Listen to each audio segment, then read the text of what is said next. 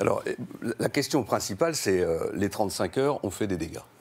Et moi, je pense que c'est une des 2 ou 3 décisions qui, depuis 30 ans, est responsable du décrochage économique de notre pays. Pas seulement à cause de la perte de compétitivité des entreprises, mais à cause de l'augmentation de la dépense publique et parfois de la désorganisation et des conditions de travail difficiles, je pense, à l'hôpital.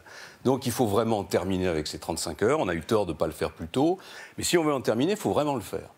Et pour le faire, il faut se fixer un objectif qui doit être une augmentation du temps de travail pour l'ensemble des Français. On ne peut pas imaginer qu'il va y avoir des accords dans les entreprises pour augmenter le temps de travail si par ailleurs les fonctionnaires qui ont la sécurité de l'emploi restent à 35 heures, voire à 32 dans un très grand nombre de collectivités locales. Ce n'est pas ma vision de la justice sociale, ce n'est pas ma vision de l'égalité.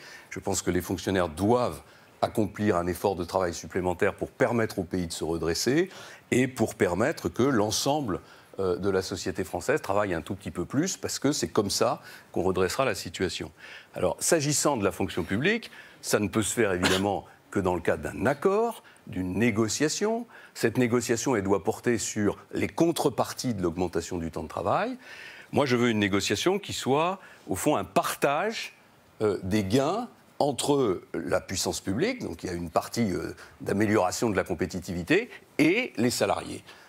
37 heures, c'est un exemple que j'ai cité, parce que j'ai voulu citer une entreprise qui, justement, vient de faire ça, qui s'appelle l'entreprise Smart en Lorraine, où les salariés, à la majorité, ont décidé de travailler 39 heures, payer 37. Et d'une certaine façon, je trouve que l'État est un peu dans une situation identique. Il est en grande difficulté, il faut que tout le monde fasse un petit effort. Et donc, on le fera de façon progressive, d'autant qu'on le fera au fur et à mesure de la réduction des effectifs, dont j'imagine qu'on va parler tout à l'heure.